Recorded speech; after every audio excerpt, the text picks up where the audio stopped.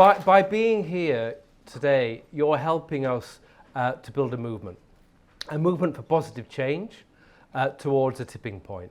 And a tipping point at which engineering starts to make a really leading contribution to solving the complex challenges that we face. And not just solving those challenges in isolation, because the reality is all of those challenges are deeply interconnected, and that's really what we have to find a way of addressing. And that's really what we're going to be talking about when we look at the Global Responsibility Competency Compass that we're about to present to you. So we're going to be hearing about that from Emma Crichton, our Innovation Director, and she's going to explain what the Compass is all about, and she's going to be explaining what we mean by the term, a specific term, technology steward.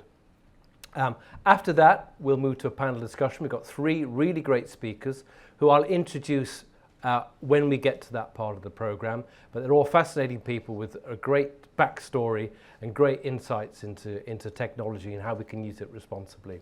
So without further ado, I want to hand over to Emma Crichton, who's going to come and talk to you about the Competency Compass. Emma. Hello everybody, can you hear me? Super. So thank you all for coming today. So just want to provide a few kind of comments and introduction to the Compass, which will set the scene for tonight's discussion.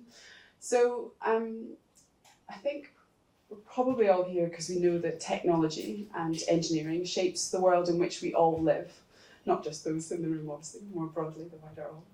And we put our efforts at Engineers Without Borders UK, and we invite you to do the same, to try and reshape engineering in how it creates a safe and just future for all.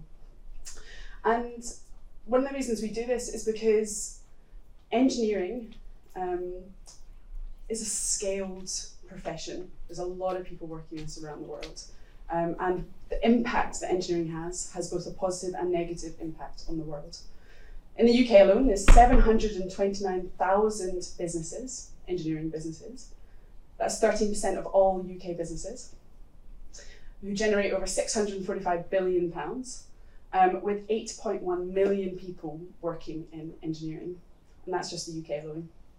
And as wider society, we rely on this group, both in the UK and around the world, to create and respond to creating a world that really addresses and reflects the challenges that we're really facing: the climate, the biodiversity emergency, continued social injustice.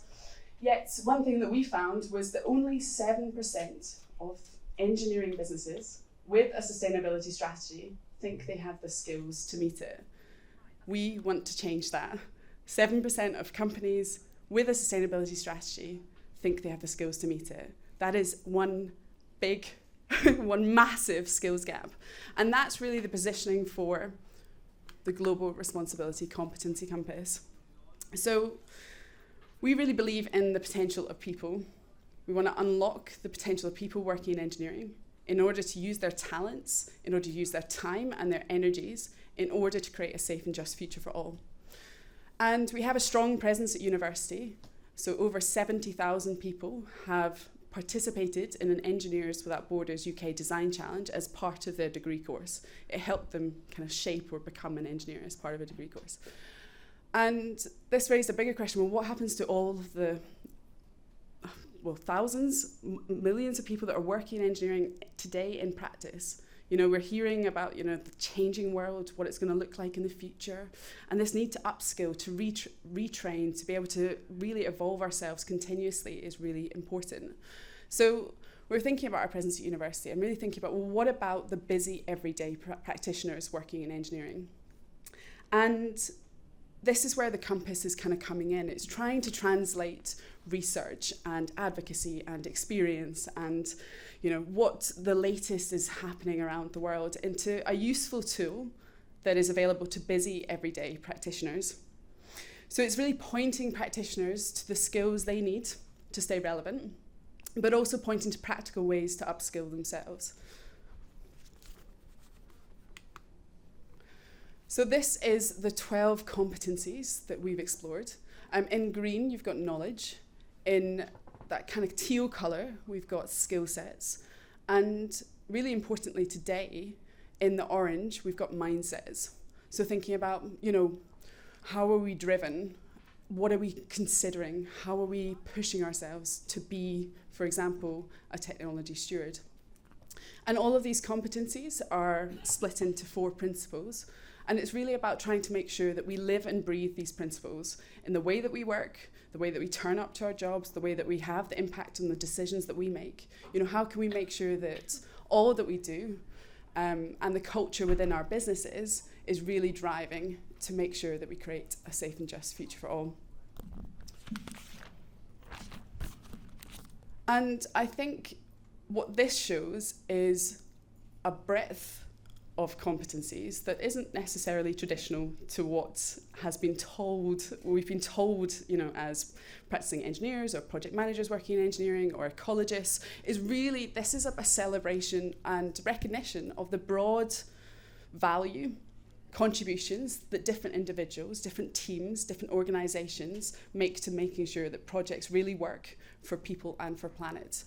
So some people think this is a bit controversial, but we really see it as recognizing the breadth of impact that we have. Some of that we can see and feel, and some of that happens, but we can't necessarily see and feel it ourselves in the decisions that we make. But actually, this is the kind of mixing pot or ingredients to make sure that the outcomes of the work that we do, at the end of our careers, we can sit back and look and see that we have helped create and shape sustainable, equitable, and ethical outcomes. So I think it's, in one case, a celebration of the broader skill sets that we really need in engineering, and kind of valuing the different roles and competencies in making that a reality. So in terms of using the compass, you can use it yourself. You can use it to develop yourself and access learning libraries. You can use it in your teams to value and recognize the different skill sets and competencies that different individual members bring, but also you can use it in your organizations in order to shape continuous professional development opportunities or training offers for staff or clients or the people that you work with. And I think what's really exciting about this is that there is quite a core focus on mindset development, thinking about how do we see the role of engineering, bringing that questioning into our practice. And I think this competency is probably the strongest in this space. So I really want to be a technology steward who can shape technology to benefit all and really demonstrate that ability to navigate complex relationships and inherent tensions to ensure sustainable and equitable results. So there's something there about me and wanting to do this, wanting to see the role there, but also being able to demonstrate ability to be able to be competent in this space. And I think one thing that, whether it's mainstream media or specific documentaries or the world in which we're kind of seeing changing very fast, is we know that engineers can develop technology. I found this book in Dobby's Garden Centre, and it's entitled How Technology Works. And when we think about technology, and I'm providing this a bit of framing for tonight, obviously we can think about digital technology, we can think about artificial intelligence, but actually when we look at technology over time, it can include things like bridges, it can include things like digital cameras, it can include things like, I can't read that upside down, television broadcasting. So it's a whole range of different things in which engineers and those working in engineering and engineering companies have made and realized in the world. So thinking about humanity's relationship with technology, it has evolved. We have created machines and we've created physical artifacts, we've created chemicals, we've created processes, we've created businesses. We have developed amazing ways that have improved quality of life around the world.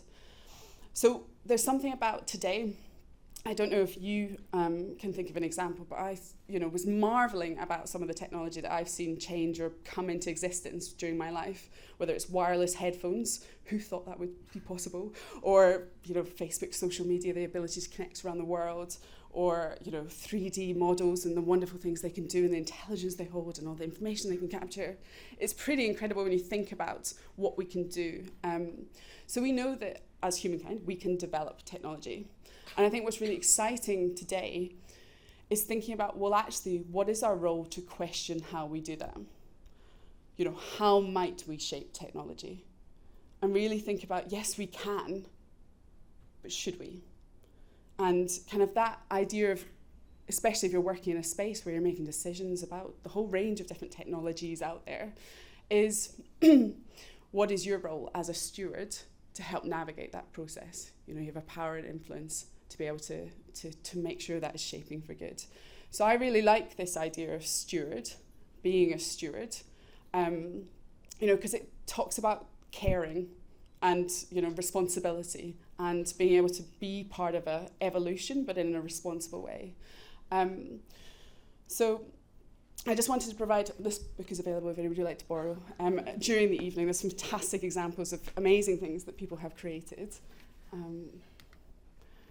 So one thing that we've done with the Compass is obviously this articulation of skills is quite important, being able to point people to, you know, what are the types of skills that would be useful, but also provide practical ways to develop oneself. So on the website, you can head to the learning library that's next to the Compass. The Compass is free to download. It's free to share as well if you'd like to share it with colleagues or others that might be interested. On the library as well, we're keeping up to date different learning opportunities. They're all active, so they're about kind of getting involved and not just reading a document. It's about kind of developing oneself. And most of them are either self-paced or facilitated, so you can choose depending on your learning styles. So please do explore the learning library. If you have a suggestion for it, or if you know of amazing courses that has developed somebody or developed yourself, let us know. We'd be loving to kind of share and promote different opportunities on there. Because I think sometimes finding these can be half the battle. And then finally, I'm going to use my notes for this one. We are really pleased as part of the Learning Library to be promoting the Tech Stewardship Practice Programme. So this is a series of simple yet powerful reflexive exercises over the course of 12 hours. They're online, they're self-paced, to help individuals launch, develop, and then maintain their practice. So a little bit like that mindset of like, I might want to be something, but actually, how do I make sure I practice that? I might want to eat healthy, but unless I do it every day, it's unlikely that goal is achieved. I might want to be excellent at cycling, but unless I do it regularly. And it's a similar piece with the mindset competencies, is how do we have this routine, this habit coming through? So really excited to share that if you go onto our learning library and you find the Tech Stewardship Practice Programme, you can access it for free. So it's usually a paid-for programme, and it's been you know, used by people around the world, from students all the way through to retirees. And if you go onto their site, basically, if you scroll down to engineers.borders UK, you'll see the costs disappear. So please do get involved. Please do register this or promote it, and share it with others that might be of interest. I think it's very well worth 12 hours of one's time, and really help you explore the answer to the question, what can you do to be a tech steward? Thank you very much. Many thanks to Emma for that, and that is going to form the basis of our discussion right now, all around this compass and how we can put it to use. So I'd like now to introduce our three panellists. So I can invite the panellists to come up and take a chair, please.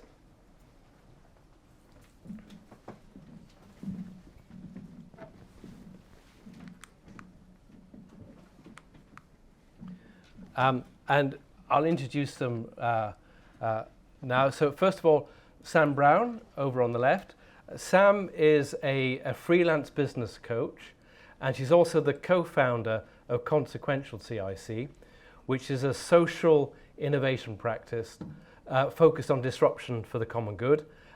She's got a breadth of experience in bridging the gaps between technology, business, and society.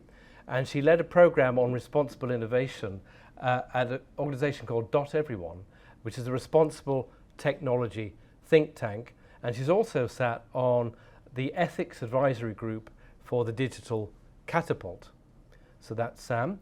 Sitting next to Sam is Dr. Jacqueline Campbell. Now, Jacqueline is an interdisciplinary scientist. She's also a fellow of the Schmidt Science Fellows Program, and she worked as a train driver for 11 years before becoming a social care worker. And then, after a series of evening classes and correspondence courses in astrophysics, she studied for a degree in Earth and Ocean Science and earned a PhD in space and climate physics, looking for the building blocks of life on Mars. Jacqueline's researched ocean acidification, and before she moved on to working in the life sciences sector with a tech startup known as Synthace, a digital experiment platform. I'm feeling incredibly inadequate, I don't know about you. And it's about to get even worse. So our third panellist is Morgan de Silva, who's been working very actively in the international development space at the local level, working with small-scale organizations using renewable energy as a tool for development in Nicaragua. And Morgan spent 2 years in California working with Tesla on their solar and battery teams, delivering battery backup solar systems and contributing to an interconnected grid, a smart grid. He's also finished running a circular economy social enterprise, reusing urban trees in London for community projects. It's called Yes Make, so I encourage you all to look up Yes Make and see what they're doing. It's fantastic. Fantastic work. And now Morgan's heading back into energy and tech in a new capacity at Piclo, aiming to decarbonize the grid. So 3 very impressive, very busy, very active people who are stewarding technology. So let's join them now for discussion. So I'm just going to start by asking each of the panelists, answer however you wish, whoever wants to go first.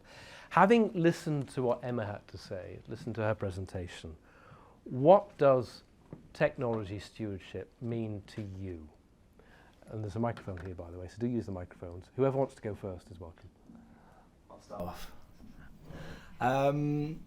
What does technology stewardship mean to me? There's a lot about responsibility, as was up on there. One of the things that kind of came to mind was unintended consequences of technology, especially in the case of Engineers Without Borders, is hard tech, not hardware, not software. So when I was in Nicaragua, one of the things that I'm most interested in is the cultural and social barriers associated with technology. So I was working on a rural development project, so communities almost off-grid, pretty much off-grid, without access to electricity, and it was a female empowerment program, so getting women out of traditional gender roles and using solar cookers, and slowly developed into using actual solar panels to provide some electricity. So one of the projects was about agriculture, and they put a solar panel on top of a well to provide an electric pump. And after being there for about 3 or 4 weeks, I realized that no one was using it. And I was like, all right, fine, like maybe it's dirty, maybe they don't know how to use it, whatever it is. And long story short, I was a lot of hoops I had to jump through to understand what was going on. And what it came down to was there was a group of women that came in the mornings to do a lot of the watering around the farm, this like newly planted area. And I found out that they didn't want the solar pump to work and distribute the water around because it took away their time of gathering in the morning. And the second that you distributed the water using an automatic irrigation system, which they had, like a really good one, they didn't get that time together. And so after finding that out, it was more about, why don't we still use this system, but find more time for you to be together, instead of just associating it with like heavy work, to be honest. So I guess that unintended consequences and not considering the greater picture of just saying, here's a solar panel, use it. I'll build on that a bit, because I think really the core of what you're saying there is recognizing that it's humans who decide what does and doesn't get made. It's humans who make it, and it's humans who then use it. And so I think, to me, being a technology steward is recognizing, understanding that humans are messy, but our human systems, need to be understood, need to be change, need to be influenced, need to be built just as much as our technological systems. And so, I think the Compass is so brilliant because it helps maybe to upskill you in ways to do that. And so much of what that comes down to for me is making the case about ensuring the technologies that are being made and how they're being made are addressing our biggest challenges that we're facing, and especially the climate crisis. You want to? So when I saw the presentation, particularly towards the end, the thing that came to mind, and some of you look too young to remember this, but in Jurassic Park, Dr. Ian Malcolm says that he spent so much time wondering whether or not they didn't ask whether or not they should. And so I think this is really important in terms of like creating things that could be dangerous, and I've been talking to Sam about some of the unintended consequences of technology, but also much like you were saying, why didn't somebody ask before they did this? And it also reminded me of that roundabout that somebody invented to generate electricity or pump water, and I was like, the children can play on it, and it was rubbish because it didn't freewheel, it didn't spin, and so you just had to shove it, and it ended up the elderly women in the village had to like go out and really sort of humiliatingly push this thing round all day. And this was a massive startup that got loads of investment, but nobody spoke to anybody in advance, which relates to what you're saying. And it can be tricky with technology because sometimes people don't know what they want. There's that famous quote about if you ask people what they wanted before the invention of the car, they would have said a faster horse. And so we don't know necessarily what will be of use to us later, but I think it's at least worth asking the question. Okay, I think the example there is called play pumps, if anybody's interested. Sorry, play pumps, yeah. The classic example of how technology hasn't really worked when it's tried to be transferred. Do you want the mic? No, it's all right. I'm good at the mic. So can I just ask you all what actually brought you into this space? What is it that's brought you into position? What's your story behind coming to a place where technology stewardship is something you care about and something you feel you can contribute to?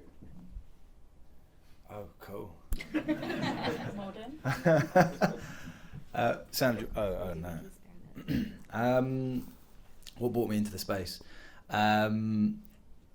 At the crux of it is curiosity. Curiosity is my driver, my ambition, my excitement, and coupled with, I mean, it sounds terrible, but it's just like wanting to do something good for other people. And it's kind of, I guess, trying to make sure that we have positive development all around us, whether it's local or far away. And then specific to, I guess, the sector I'm in is I was really taken aback by the environmental movement. I felt, considering my position in life, the opportunities I've been granted, I was able to commit myself to the environmental cause. And so I thought I'd take that upon myself. And then through my education and going to school with Dr. Campbell, I've never called her that. That's great though. I towards the end of my undergrad with Dr. Campbell over here, I discovered renewable energy, and I thought it was really fantastic as a tool for development, because ultimately as we move in, throughout this century, the past 30, 40 years, if you don't have access to electricity, you don't have access to the internet. And that's a huge thing now, because if you don't have access to the internet, you don't have access to financial payments, to educational resources. I mean, we know if you don't have electricity, you don't have a smartphone, you don't have access to a lot of things. And so that was really kind of what drove me. Yeah, so for me, I think it was a bit of a potted history. I came from a very low-income background and did very poorly at school and left and became a train driver. And actually, the engineering of trains is super awesome and interesting. And I did loads of they had various courses you could do about how they made the Jubilee Line extension and how the electricity works and just how trains work. And I love trains. When you were flicking through the book, it opened on trains, and I was like, yes.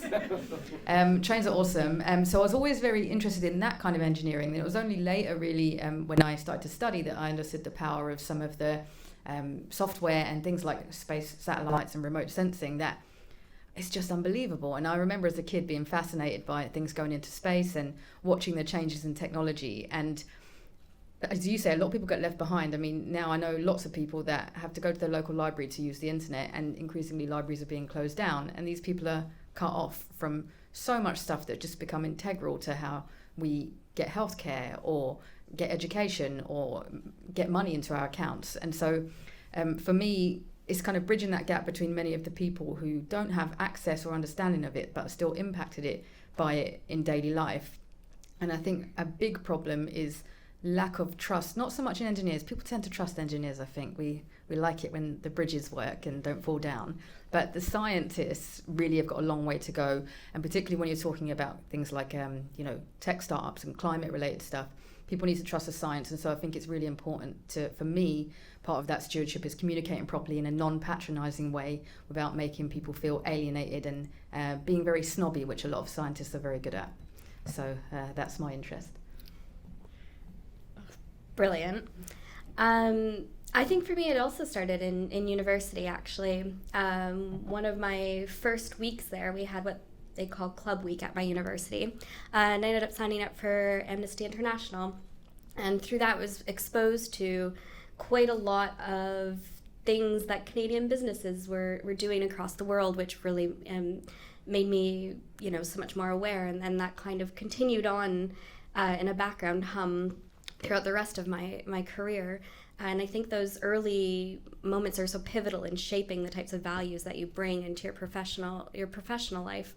I will say, as the non-technical person in the room, I did more on a business communication side of things. I had a much less straight path around my career and my skills and what I could do and what I could bring, and kind of did a lot of building blocks, made a lot of pragmatic choices for my career based on what was there in front of me at the time. I worked in corporate actually for many years, and ultimately ended up at this think tank called .Everyone right before Cambridge Analytica. And all of a sudden everyone wanted to talk about how technology just might have consequences on society and they might not all be good. And I've really kind of spent the last 5 years in this space now having these conversations with people. And they're conversations because they're so contextual, and every type of technology is going to have a different type of impact and different people and different stakeholders and different spaces at different times. And so it's exciting to be kind of constantly evolving in this space and constantly learning and growing. So I don't think you kind of end up anywhere. I think just where we are in the moment as we learn more and more things come out and we innovate and grow as a society. There's quite a lot coming out there about sort of passion for what technology can do, curiosity, the values were mentioned. So very much this is about mindset, which is great. And the whole idea of tech stewardship is about having the mindset, not just the skills and knowledge, but the mindset towards using technology responsibly. I think that's coming through very, very strongly. I'm just going to turn to each of you with a question. Just a little reminder, so in the language of the compass that Emma was describing, she referred to inherent tensions. So inherent tensions between the use or purpose of technology. So Morgan, firstly, with that in mind, this inherent tensions, when we look at successful technology transfer, or ideally co-development of technology, success depends very much on social factors and also on business models. Could you speak a bit more about that? You've already started to touch on it, but can you talk a bit more about that, the inherent tensions there? All right, let's try that one more time. Inherent tensions within successful technology transfer, and what that means. So think about social factors, think about the importance of the right business model being used in a particular... Yeah, so for me, one of my biggest interests, especially with engineering, was the advent of kind of sub-Saharan Africa, like 1970s, and American engineering just saying, right, we've got the solution for everything. Right, there's poverty there, let's go and let's sort it out.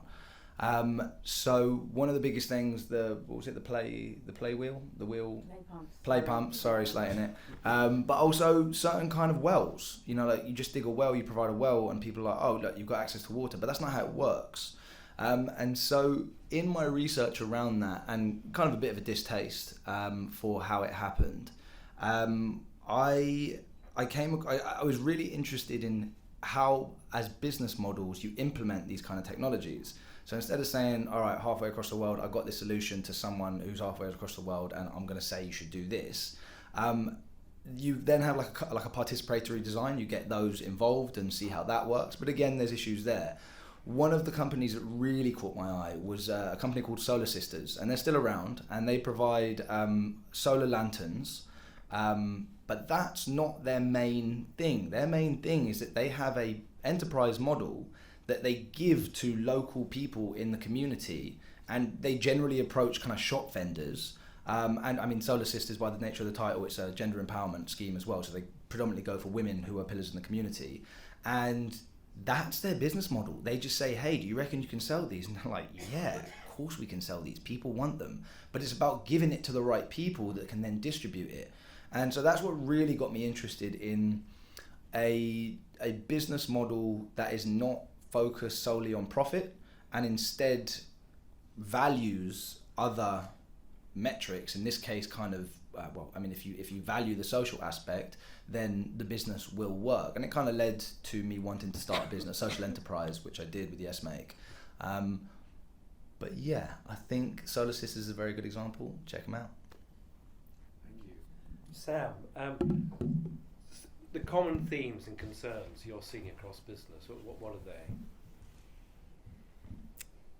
This is slightly hard to answer, mainly because there's so many different kinds of business, but I'll focus on specifically the tech the tech startup space in Europe at the moment. One of the really, really interesting tensions that's happening is that within the sector, there is an incredible taste to work for companies who are purpose-driven and who are tackling what they're calling climate tech or a climate crisis, which means that it's talent at the moment that is dictating a lot of the market. People want to work on complex challenges that are making a difference, which means that people are making companies or forming companies that are tackling these challenges. Where the problem is actually is the investment. The investment models haven't caught up for a lot of these technologies because they need much longer R&D, they need more help to come into the world, and a lot of investment models at the moment are looking at shorter return cycles. And so I think sometimes a lot of the inherent tension, as I said, comes back to making a really good case for why things need to change and what it is that you're trying to do or the change that you're trying to create in the world.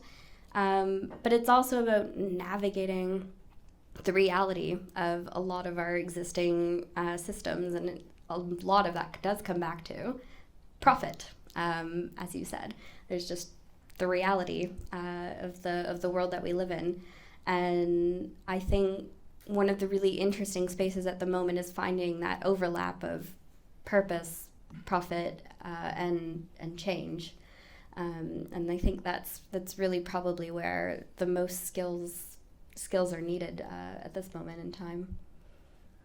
Thank you, Sam. Great you mentioned skills, because that's exactly what this is all about. You also mentioned climate. So Jacqueline, I'm going to ask you to answer a question related to climate. And I wonder whether the issues that you see in coming from a technology-led response to tackling the climate crisis. Yeah, so I think one of the problems is everybody's sort of waiting for somebody to invent this silver bullet that's just going to be like, woo, we fix climate change. And, you know, the reality is that's probably not going to happen, certainly without not giving enough funding to people to do blue sky science that isn't necessarily profitable. And even if they did, it's not going to fix everything at once, and there may be another problem down the line, and just waiting for some genius to come up with something is not going to work. And it also leads back to what you both were alluding to about when somebody has a really good idea, it might take a very long time for that to get off the ground, but these startups need to grow and grow and grow, and universities are having funding cut. And obviously there's a lot of kind of capitalist drive behind the idea that you want to get something that everybody's going to want. But I don't see an ideal future as a world where everybody's driving an electric car. For me, an ideal future will be a future where nobody needs a car, Because there are trains. So if we have proper investment in proper transport infrastructure where there isn't huge divide in the access to that transport, and where it's reliable and where it's free, and where cities are walkable and where there are safe ways to cycle around, there will always be a need for some cars. But, thinking if we invent electric cars and get everybody to buy one, that's going to solve the climate crisis, I think it's just kind of a little microcosm of the problem with the attitude towards how engineering might combat this. We really need to change our mindset and think, what does a good future look like that's also sustainable? Well, thanks, everyone. I'm going to open it up to the floor because I'm sure lots of people have got burning questions. So I'd like to invite anyone that wishes to ask a question, just please raise your hand and we'll take the discussion forward. There's a question right at the back, straight away. So, we're from a company of building services engineers and environmental designers, and we really pride ourselves on being like market leaders in terms of sustainability. But how would we as a company go about becoming technology stewards and sharing that knowledge without compromising our position as like a market leader? So just for the benefit of the recordings, this is a question of how does a company retain its market leading position where it is now, while also becoming a technology steward. I think that's essentially the question. So how does a company take on this mantle? For me, I think it also crosses over a lot of other well-meaning initiatives like equality and diversity initiatives. It has to not be lip service. It's very easy to just kind of go, I've ticked these boxes and I can put this on my website and we've done this. But people have to really mean it, and you have to be quite self-reflective and self-critical, like, am I actually making a difference, or do I just want a badge on my website and to sleep a little better tonight? So being authentic about those kind of things, and scrutinising yourself and being very transparent. The last company I worked for had complete carbon accountancy stuff done and published it all to say exactly what they were using, and then more importantly then try to do something about that and reduce the amount of plastic waste you're using and so forth. So being willing to air your dirty laundry as an example to others, I think is a good start. I don't see the two as mutually exclusive. I think technology stewardship is about being able to map your environment, about looking at all of the different stakeholders, understanding their needs, understanding how your technology may benefit them, identifying trade-off decisions that you're going to be making, being purposeful and intentful about those trade-off decisions. And I think all of that is just good business, really. And so I think you really just need to start positioning it more as we all have the ability and the skill to think globally about the challenges, to think globally about how we design things, how we approach things, how we work with our clients. We take them through understanding the impact of all of the decisions that they're going to be making in this moment. And, being transparent, as you've just said, about how the decisions they're going to make align with their values and are going to help their stakeholders. And stakeholders, not just shareholders, to be clear.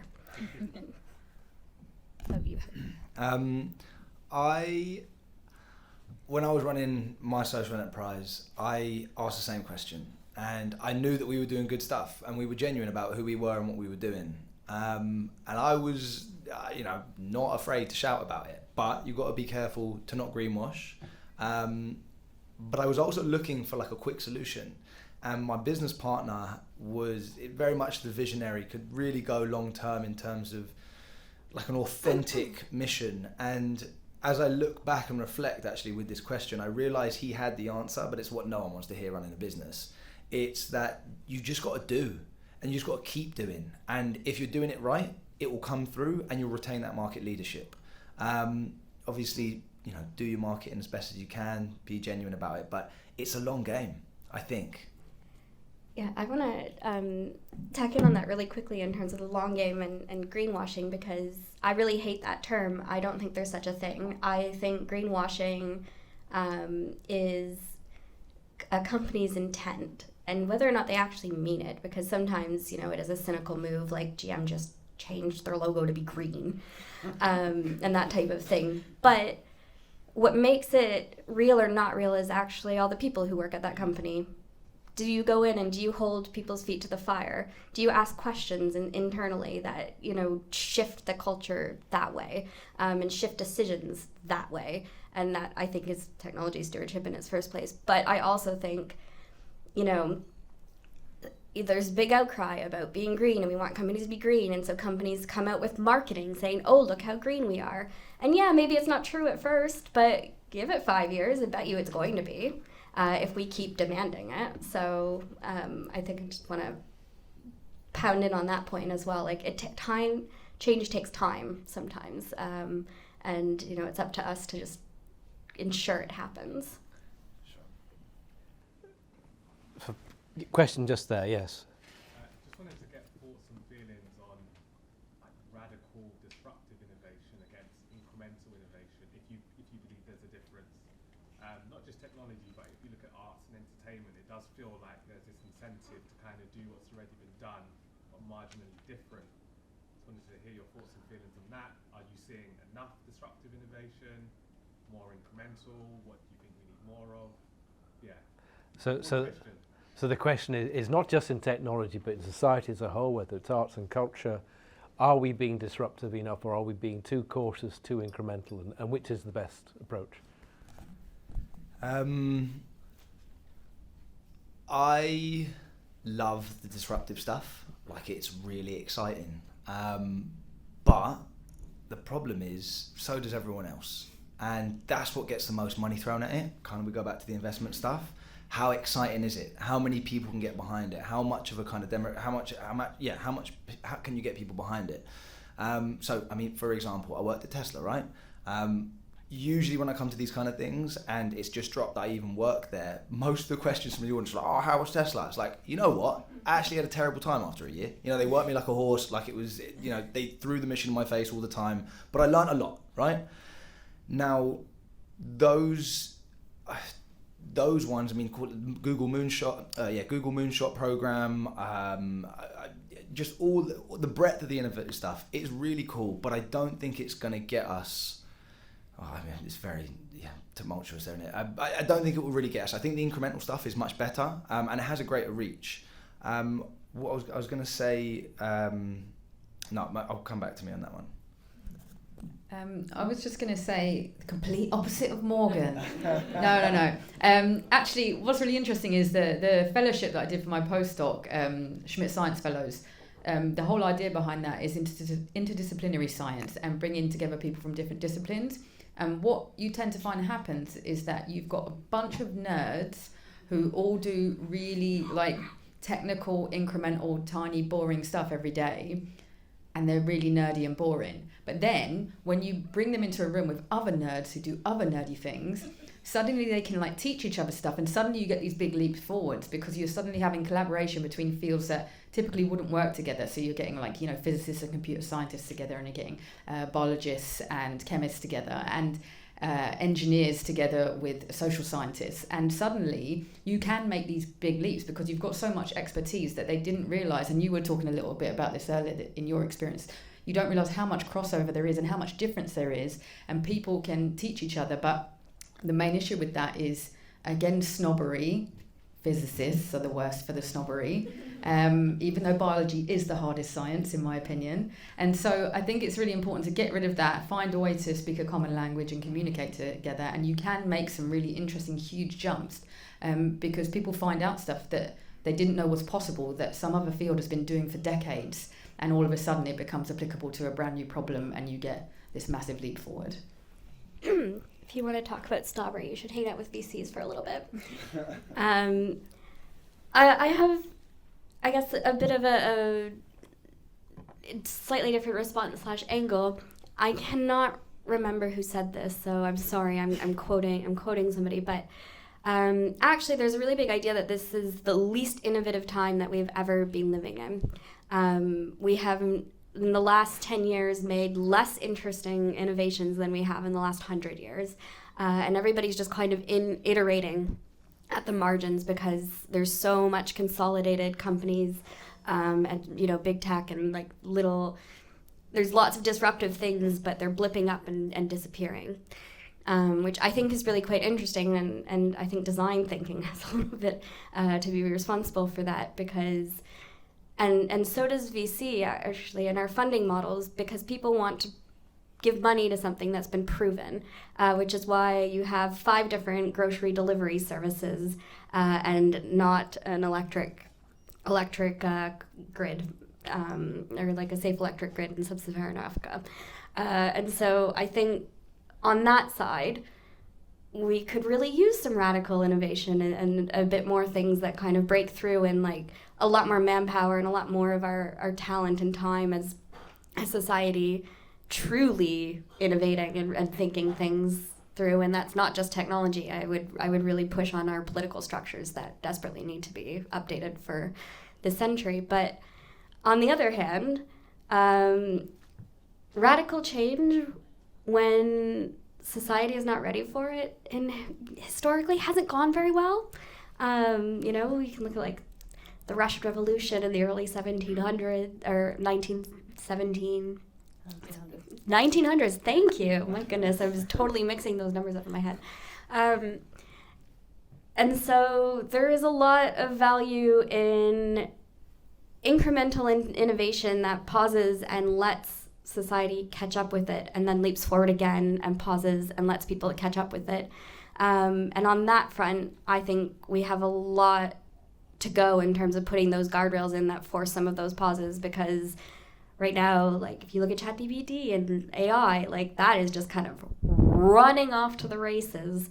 And I don't think as humans we're really quite ready to catch up with it just yet. And so I would say we're in a really weird space right now where we're both being really radical and maybe not quite the right places at the right time, and really stagnant in a lot of other spaces.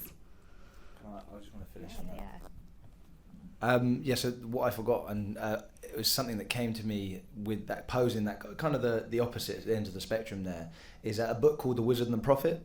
And it talks about kind of the technologist and the conservationist as a vision for moving forward. Now, obviously, for me, I sit somewhere in the middle, right?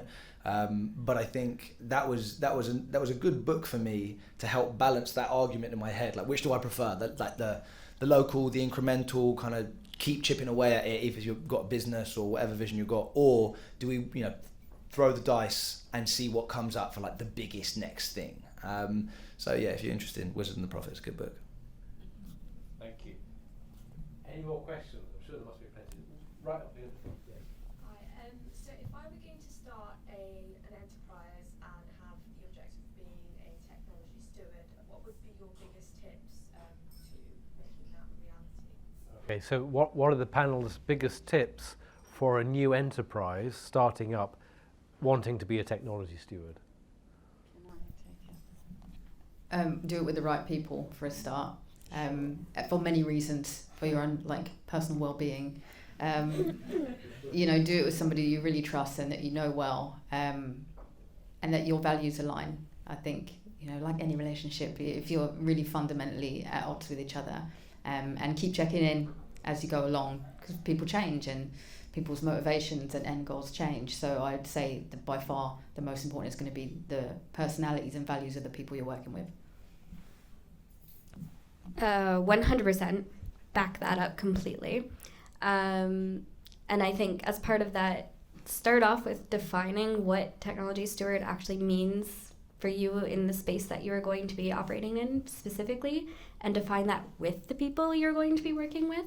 And be very open about that from the very, very beginning, and make all of your decisions about your business from that point forwards based on that. Yeah, I guess I'll stay on the practicalities. If you're going to start any business, it's hard. It's really, really hard. You will wake up thinking about it. You will go to sleep thinking about it. So be prepared for that. It's a reality. It's energizing as well at times. The other thing is also really basic, but just document from the beginning and keep documenting as you go. If you have a really good meeting with your partner, with whoever it is, and you think, right, yeah, that's going to be us, you'll forget it the next day. But get that down, because then it's always something to refer back to when either you're feeling low, you're feeling too high because, there's so much good going on. You want to ground yourself a lot of the time. And then, I don't know, I'd ask you, what's your main one thought in response to that question? Because that would help me build on that. The response to that So your question, you asked, what was your question? What would be your biggest tip for me starting up an enterprise with the objective of being a technology steward? Yeah, what's your answer to that? What's your, like, the first thing that comes to mind? I was asking you because it's a question, but I was kind of expecting something slightly geared towards the technology stewardship side as opposed to practicalities. But I don't know what that is yet, which is why. No, I mean, that helps. I think that helps us try to answer the questions, technology stewardship. For me, as a scientist, one of the big things is in your whatever your business is, you're going to need to buy products or source materials or use services, and just be very critical when you look over how they advertise themselves, how they've referenced themselves, that what they're saying is honest. Because, you know, like you were saying, there's just like 100 people popping up going, oh, people want carbon accountancy, oh, people want like low carbon concrete, people want this or that. Check, because it could not be true. And so you want to kind of make sure that they've got all their ducks in a row and are being honest and transparent themselves. And effectively, you're kind of like building a network of all the people you interact with have those same values as you do and are happy to be scrutinized. Last build on that, I'm going to go back to what Emma said before, is actually your practices. So as Morgan said, you know, document things. That's a practice. But, you know, what is the space you're having that you're going to have in your business where you're making decisions about technology stewardship? Where does it come up as you make decisions about your suppliers? Like, what are the really practical day-to-day things that you're going to be putting into your business to ensure that you're staying true to what it is you want to achieve, or how you're going to ask those critical questions of what you're doing or how you're moving forwards? Yeah, sorry, just... Yeah. And like whatever you're doing, make sure you ask the ladies who water the gardens if they want an automatic pump on their well, like before you do it. Like, you know, incorporate that same spirit of like speaking to people and creating the technology that is actually wanted and useful. There's a question just here. Yeah, I was going to ask about something I think that Jacqueline said earlier about engineers and scientists being trusted people.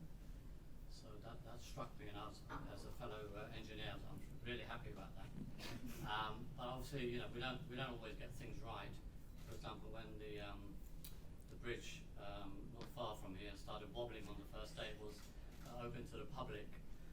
So yeah, if you could maybe just sort of say why are we a trusted bunch, and what makes us as opposed to other professions? I think, you know, for me, the other thing I love apart from trains is health and safety. I was the health and safety representative for the union on London Underground, and let me tell you, you got a lot to thank those people for. Like, it gets a bad rap, health and safety legislation, but there's a reason why people's fingers and eyes don't like fall out at work like all the time in this country. And so one of the things we have quite well here in the UK is really good health and safety legislation and very rigorous standards around like civil engineering and stuff. And so I think this is one of the reasons why engineers are quite trusted, is because, you know, we all use infrastructure and machinery and stuff every day, but it's really the worker and the unions that got that stuff safe. And so that's, I think, important for us all to remember. And I had very interesting experiences having conversations with engineers as a space scientist, because space scientists are like, oh, let's go to Jupiter, let's land on Titan, oh, let's fire a rocket into the sun. And the engineers are just like, can't be done, cannot be done. And there has to be a balance struck there, because if you listen to the engineers, I love the engineers, but you just never go anywhere or do anything because they're just like, can't be done, it's too heavy, it's too brittle, it's too whatever. But you need that kind of balance. But I think that ultimately it's the reason engineers are more trusted is because it's much more tangible, because of our great health and safety legislation.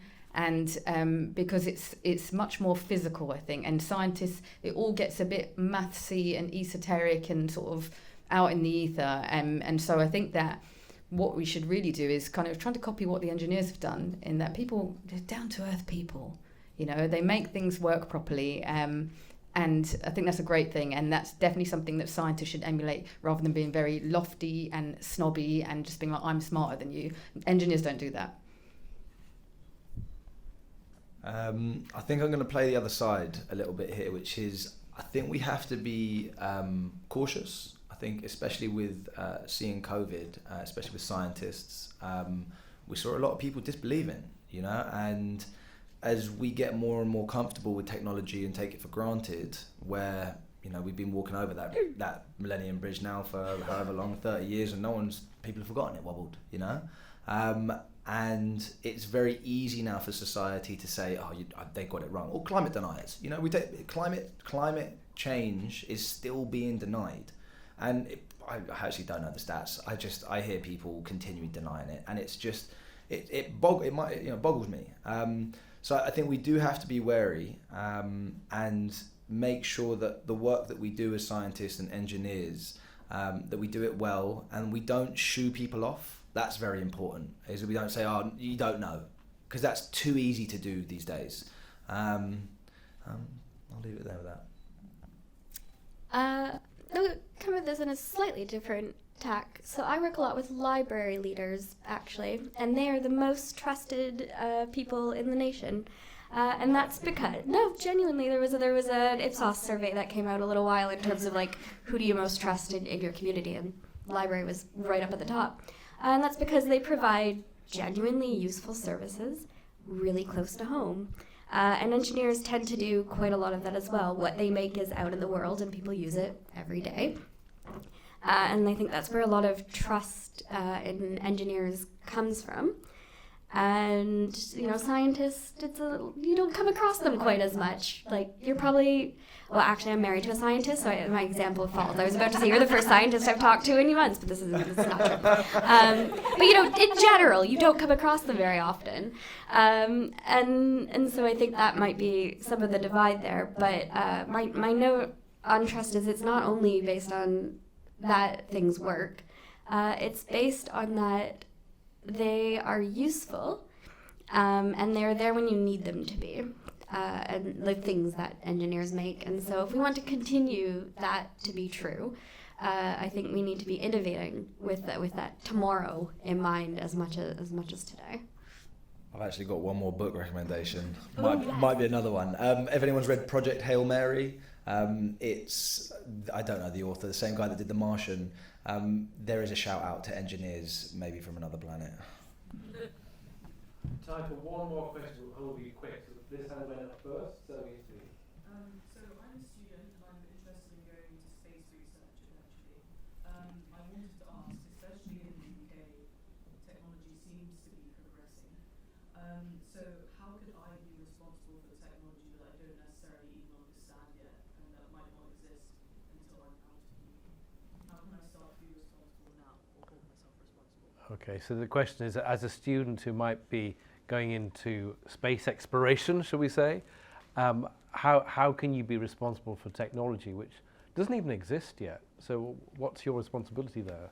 Well, I think an amazing first step is you're asking this question now, like so early in your career, and a lot of people would never have even thought of asking themselves that, so you're already like in the top 1%. Also, particularly for space, you're in great company, because these people plan missions that take like 15 years to start getting built, and then they fire it off and it takes 10 years to get to Europa or whatever. So you've got a lot of time to think about it. And you also have the added problem, much like with a lot of the technology we're talking about, climate change and stuff, of designing and building something that's not going to be in use for a very long time, by which time it might have become, you know, outdated and almost obsolete. So you have to sort of think about things, and it comes back to what you were saying, things that will be useful, because the technology you're designing and building now, when you send it off to Europa, won't start operating for another 10 years.